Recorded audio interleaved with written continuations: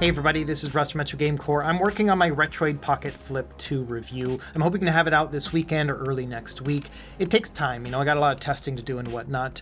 But before that, I wanted to take a break and just kind of talk a little bit about the whole tariffs thing. I've been getting so many emails and messages about it, and I don't want to talk about the tariffs themselves and all the policies because they are changing on a dime. Every single day is like a new adventure, and so I don't think it's worth speculating on the situation right now, but I do have some thoughts about what we can do about it in the first place. And this is kind of how I operate as a person. When I'm faced with an obstacle or a problem, my first thought is always, how can I overcome it? So I don't like to dwell on the issue itself, but rather, what can we do about it? What solution are we going to find? And I think the Retroid Pocket Flip 2 is at the core of this conversation because this is not shipping just yet. It's supposed to start shipping next week. And so people are concerned that if they already have pre-ordered it, or if they order it right now, are they going to be paying those tariffs? And who knows at this point? I'm not really sure, but my whole point in this is that maybe you don't have to buy this thing. Maybe there's something else better out there that is readily available from maybe a US distributor. So that's what I want to talk about today. And I think that by far the best possible device that you can use is one that you already have. And so if you've already got something like, say, this Anbernic RG40XXV, which came out last year, if you've already got this sitting around, then this is probably going to be your best bet because it's absolutely free. And in general, almost every single retro handheld has some sort of custom firmware solution out there. People who are working on making this device better. And so if you've got one of these things sitting in your drawer, it might just be worth it, pulling it out, getting a new SD card, and then seeing what other kind of software options you have, because they keep getting updated over and over and they keep getting better. So really, that's the easiest solution right there. If you've got an old handheld sitting around, you may be able to just breathe new life into it, because one of the main things I've seen within this whole retro handheld scene is that there are people who just keep on buying the next one without spending proper time playing games on the old one. When it comes down to it, any of these retro handhelds will have thousands of games to choose from, and so it's just a matter of maybe picking a game and trying it out and just kind of working from there. And so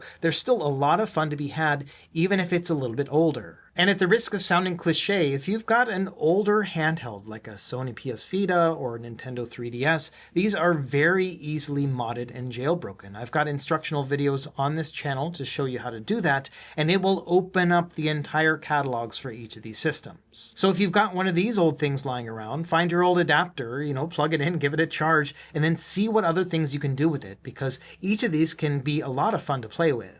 You also didn't hear this from me, but if you've got an old Nintendo Switch lying around, you can use services like on Facebook Marketplace and on Etsy where they will mod or jailbreak it for you, and then that will open up a whole new world as well. You can install things like RetroArch on a Nintendo Switch and play retro classic games on it, or you can also take your Nintendo Switch cartridges and save them onto the microSD card and then boot them from there as well. And so there's a whole world of possibilities there as well. I'm not going to cover any of that stuff on this channel, but that's something worth investigating as well. And so again, the best handheld is the one that you already have because it's going to be free to use, and there are always updates for the software for these as well that make them even better. Now let's say you don't have a handheld, or maybe you're looking just to pick one up right now that's going to be a relatively easy purchase while you kind of wait out the storm. And so that's what I want to focus on mostly in this video, is specifically like per form factor, what is the handheld that I would recommend right now when taking into consideration, shipping time, price, and availability. For a lot of these form factors, there's a handheld that's considered like the new hotness. That's usually the latest and greatest one, and everyone's working on it and talking about it. And so I understand, if you're going to go onto Reddit and look these things up, you might be hearing most about one of these newer handhelds, but there are some that are perfectly good that are a little bit older. Let's talk about vertical handhelds first. So the new hotness here is the TrimUI Brick. This thing is a 3.2-inch screen. It's been out for a few months already, and a lot of people are talking about it and working on it right now. In fact, I just recently made a software video about it because it is a lot of fun to play with. And this handheld kind of fits in the everyday carry kind of size because it's very easily pocketable and also nice and sturdy. And so I get it why people love this handheld. It is totally cool and one of my favorites in this form factor. However, this is not the handheld that I would recommend for most people just getting into the hobby because it's still a work in progress. The software is being updated every day and the prices are still a little bit high. For example, if you were to go onto Amazon, it's about $80 right now and marked up from the original $50 if you were to buy it directly from China. And so even though this is an awesome handheld, I would still consider it to be a work in progress, and I think there are more mature solutions out there. My choice in the vertical category would be one of these two models, the Miyoo Mini or the Miyoo Mini Plus, and that's because they are relatively cheap, readily available, and still very solid. The major difference between the two is that the Miyoo Mini Plus has a larger size and also has Wi-Fi, but other than that, they're almost exactly the same chip and everything. If you're deciding between the two, I think it really will come down to whether or not you want something a little bit more compact and like an everyday carry handheld like the Miyoo Mini, or if you want something with a little bit bigger of a screen, 3.5 inches, and with Wi-Fi options. Now, the two things that make the Miyoo Mini devices so good include the controls, like the buttons are really soft and easy to press down on, and then also the mature custom software that we have for it. The main one everyone uses is called Onion OS. It's what I have loaded here, a very simple interface. So you can just go into your games, pick your game system, and then just kind of navigate from there and then launch the game. Not only that, they have a feature called the game switcher. So as you're playing games, it will go into this game switcher function, and then you can basically go in between each of these, and it saves exactly where you are in the game. And so as you navigate through all your most recently played games, you can press the button and it'll go right back to where you were in the game. You can then press the button again. It'll take you back to game switcher. And so it's a really nice solution if you just want to kind of get in and out of your games without a lot of fuss. In terms of pricing, you're looking at about $40 to $50 if you were to buy it from AliExpress, but again, you are running the risk at that point of potential tariffs if that is a concern for you. But you can also get it on Amazon for about $60, $65. There's always going to be a markup when you buy something from Amazon, but it will be from a US shipper, and so you won't have to pay any of those duties and whatnot, at least right now. And so the way I see it, if you're looking for a nice $60 vertical handheld that kind of has those Game Boy vibes, then I think that the Miyoo Mini Plus, even though it's a couple years old, is still a really excellent solution. Now, for every category, I'm also going to have like an honorable mention or like a runner-up. And so it's going to be the Anbernic RG40XXV in this example. This one has a 4-inch screen, also a 4:3 aspect ratio. And so it's a little bit bigger, easier on the eyes to actually play. This one also has Wi-Fi as well as HDMI out. So if you want to consoleize it, you can do that as well. Like with the Miyoo Mini, this one basically caps out at PS1. You can play a couple additional systems, but it really shines with your retro systems, 16-bit and below. However, this one is a little bit more expensive, about $60 on AliExpress and then $80 or so on Amazon. I'll have links to all this stuff down below. Now, the nice thing about these older handhelds compared to the new hotness is that these have a lot of custom software options for them, and there's a lot of stock everywhere. And so no matter where you are and where you're shopping, you will likely be able to find this in places where they sell retro handhelds. So yes, long story short, if you're looking for a vertical handheld and something that won't break the bank and is readily available, my choice is the Miyoo Mini Plus, because this one has a bit bigger of a screen and has Wi-Fi. Now, when it comes to horizontal handhelds, I would say that the new hotness right now is the Retroid Pocket 5. This one has been out for about 4 months at this point and is a really excellent handheld in terms of price and performance and ergonomics and everything else. It's just a really awesome handheld with a beautiful OLED display. Now, unlike a lot of the other handhelds, Retroid sells their devices direct, and so you'll have to get them from their website, which will ship from China. So you're not going to be able to find this one on Amazon unless there's somebody with a really high markup. It's also worth noting this is an expensive handheld. It's about $220 before shipping. And so you're really looking at about $250. And even though I do think it's worth it, it's still an expensive handheld. And there are other ways to enjoy horizontal form factors for less. And my choice in this category is also an older handheld. This one is the Anbernic RG35XXH. It came out, about a year and a half ago at this point. This one has a 3.5-inch screen, so the same size as the Miyoo Mini Plus screen, but you can see it's a nice compact little handheld. This one's also got a good amount of features, including Wi-Fi and Bluetooth, as well as HDMI out, so you can consoleize this one as well. And this one shares the same processor as all the other Anbernic devices with an XX in their name. And the great thing about that is that the custom software options that work for one will also work for the others. And so this one's got a lot of software options as well. Right now I'm using a custom operating system called Nuli, which is a fork of Batocera. Essentially, this is an emulation station style interface. So you can pick your system, then navigate through, you get box art and everything, and then pick your game. And after you've scraped everything, it'll even show videos, you can do a screensaver. There's a lot of nice features in Nuli. And this is one of my favorite small travel handhelds as well. It's very compact, but still very comfortable to use. And so Last spring break, my family and I went to Japan, and this was one of my main handhelds that I had with me. I put it in my sling bag. I would just pull it out whenever I needed to play a game or two, you know? And so it was a really excellent fit at that moment. And so that's one of the things that I kept coming back to when I was thinking about this video, is that this little guy, the RG35XXH, really needs a little bit more love because it is an excellent little handheld. This one you can usually find for about $50 or $60 on AliExpress, and then around $80 on Amazon. So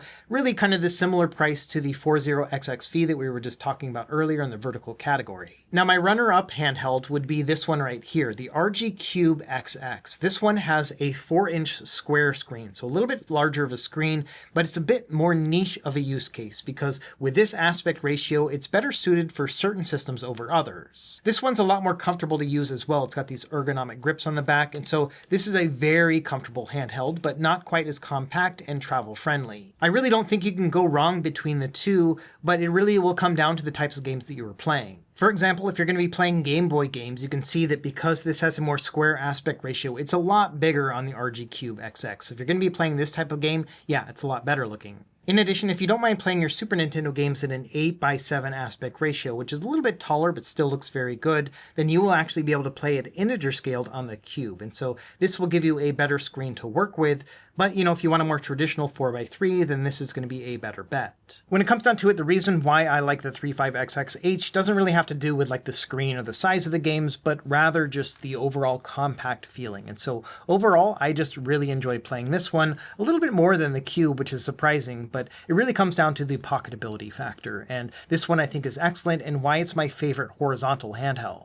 And so there you go. If you're looking to pick up an old/new retro handheld that's a horizontal form factor, then my bet is the RG35XXH. Now next I want to talk about clamshell handhelds as its own category. So we've got a couple options here. I would say the new hotness right now is the Miyoo Flip, for better or for worse. In fact, I've made a couple videos about this, but at the end of the day, I still cannot recommend this because it has a high price. It's about $90 shipped. And then also it's got very early software for it as well with lots of bugs. And so you really got to know what you're getting into with this handheld. Yes, I've been really enjoying my Miyoo Flip. Like it's been probably one of my most used handhelds recently, but that's with a big old caveat in the fact that I don't think that this is recommended for everyone. Another thing I've noticed is that a lot of people with the gray model in particular have been getting like floppy hinges where it'll break like just in the first day or sometimes right out of the box. And so this really just kind of goes towards my suggestion that I don't recommend this handheld, even though I do love it, because there's just too many things going between the price and the software and now this hinge issue with the gray model. Now,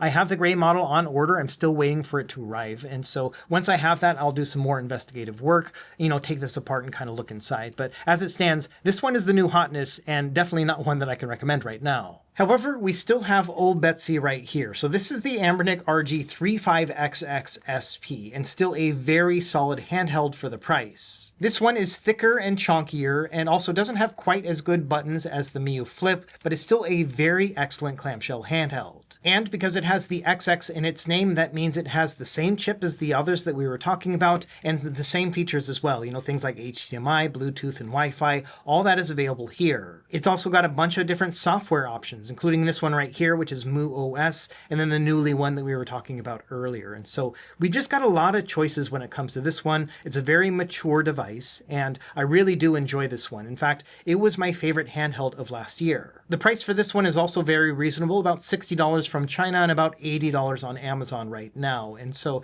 I still think it's something that doesn't break the bank, but gives you a ton of functionality. Personally, I have been using the Miyoo Flip more just because it is more pocketable and kind of easy to take around, and I do really love these buttons. But again, this one is not the one that I recommend. I think that the 35XXSP is a much safer bet. And of course, one of the reasons why I love clamshells so much is that because you can be in the middle of a game and what you can do is just close the lid. It's going to put the device to sleep, and then depending on the settings, you can have it turn off as well, and it'll save your progress. Next time you want to play, you can just open it back up, then turn it on, and it'll go back to where you were. And that little piece of functionality is one of the reasons why clamshells, I think, are just so popular, because, you know, a retro handheld in particular is something that should be pick up and play. You're not going to want to sit down and play, you know, Super Mario 3 for 3 hours straight, and maybe you do, but I personally don't, but I love the idea of being able to jump in and out of my games, and a clamshell really helps in that regard. And so yes, if we're talking about a clamshell form factor, my number one choice would again be the RG35XXSP. Now let's say you have more modern tastes. For example, you don't really want to play up through PS1. You're focusing more on things like GameCube, PS2, maybe a little bit of Switch emulation. So you want something that's a bit more powerful and a little bit more costly. And so let's talk about that final category, which is going to be what I'm calling pricey handhelds. And I think the new hotness when it comes to this category is the Odin 2 Portal. This one is a wonderful handheld. It's got a 7-inch OLED 120Hz screen, which makes it really great for streaming, and just a wonderful handheld altogether. It's also super powerful, so basically anything that you can play on Android is going to work on this as well because it has the Snapdragon 8 Gen 2 processor. Now the Odin 2 Portal starts at like $330. That's not counting for taxes and shipping, as well as a grip case, which I do also recommend. And then also if you want a different color besides black, you have to get the Pro or Max models, and those start at like $400. So you are looking at spending, upwards of $400-500 to get a device like this. It is wonderful. It is one of the best experiences I've had on a handheld, but it is going to cost you. Not only that, you can only get this from the AYN website right now, and so you are running that risk of getting it shipped from China if things do fall apart. And so another thing to think about is that factor. If you are looking to save a little bit of money but still have some really excellent gameplay, I would recommend the Retroid Pocket 5, which we talked about earlier, or also the original Odin 2, which is an older handheld. This thing's been out for about a year and a half. The Retroid Pocket 5 can play basically every GameCube and PS2 game no problem, and some of the other heavier weight systems as well, whereas the original Odin 2 has the Snapdragon 8 Gen 2 in it as well, like the Odin 2 Portal, so it can play basically anything that Android can. Not only that, the Odin 2 was recently updated to be able to run Linux as well. I recently made a couple of videos about this. You can play things like Xbox and PlayStation 3 on this handheld as well. This one is quite a bit cheaper than the Portal as well. It's running a sale right now. It's about $280 before shipping and all that. So it is about $50 cheaper than the Odin 2 Portal, although I would still say that the Odin 2 Portal is probably objectively the better machine because of its screen. But one of the reasons why the Odin 2 is actually my overall category pick for a pricier handheld is the fact that this one is actually available on Amazon right now. It's got a markup to it. It's about $400 for the Pro model compared to about $350 or so for the Pro model direct from AYN. But again, if you have concerns about, getting something shipped from China, then this at least has US stock right now. When it comes down to it, the Odin 2 is still one of my most recommended Android-based handhelds because it can emulate just about anything under the sun. And yeah, it doesn't have the best screen, especially compared to some of its counterparts, but I really like the overall size of it and just the look and feel of it. However, let's be honest, if you're going to be spending around $400 for an Android-based handheld, then there is a huge Steam Deck-sized elephant in the room, and that's still a very easy device to recommend as well. The Steam Deck pricing starts at $400 and goes up to $650 depending on whether or not you want OLED and additional storage. And this one also has US stock, and so you can usually get it under a week from when you first order it if you are in the US. If we're only talking about emulation, this thing can emulate basically everything. It's not the best when it comes to, say, for example, Xbox 360 or PS3, but everything below that is really excellent, including Nintendo Switch. But of course, the main advantage the Steam Deck has over all the others we talked about is that this is an x86 handheld, which means it's a handheld PC. It's basically a laptop in a handheld form factor. This means that you will be able to play full-on PC games on this thing as well. And so that is definitely a factor to consider. If you are looking for a one-and-done handheld and your budget is around $400, it's still the Steam Deck, which is my main recommendation. And you could argue that, the screen is getting a little bit outdated. It's only an 800p resolution, and the processor itself is also getting a little bit old. But I still think that bang for your buck, in terms of just the overall experience and the performance you can expect, the Steam Deck still takes the crown. And so if you are looking for something in the more pricey category and you don't want to be limited by Android software, then I think the Steam Deck is still a very, very easy recommendation. And so there you go. I don't want to drag this video out too long, but I just wanted to mention that it's not all doom and gloom, that we've got a lot of options here, and the best handheld is the one that you already have. So open up that drawer if you've got one sitting in there, maybe updated software, and see how things are going with it. Now, if you are still really hankering to get a new handheld, then honestly, I think my biggest recommendation would be the RG35XXH. This one has got really solid build quality, a bunch of all the features that I would want in a cheaper handheld, and it won't break the bank. So long story short, yes, I'm working on my Retroid Pocket Flip 2 review, and it is an awesome handheld. I think a lot of people are going to love it, but whether or not you need the new hotness is really going to be up to you, and whether or not you want to gamble with all the tariffs things if you are US based. For me personally, I honestly, after testing out all these things and making this video, I just want to play my 35XXH a little bit more. So I'm going to slip this guy in my pocket and take it home with me and just kind of play with it a little bit more. It's been neglected because of all the new hotness that has been around. Anyway, let me know what you think in the comments down below. If you've got a bunch of handhelds and maybe you're not planning on buying anything new, what is your go-to right now? Like, which one is the one that you keep coming back to despite the new ones that are coming out and all the FOMO that comes with it? I'd love to hear about that down below. As always, thank you for watching. Be sure to like and subscribe if you found this helpful, and we will see you next time. Happy gaming.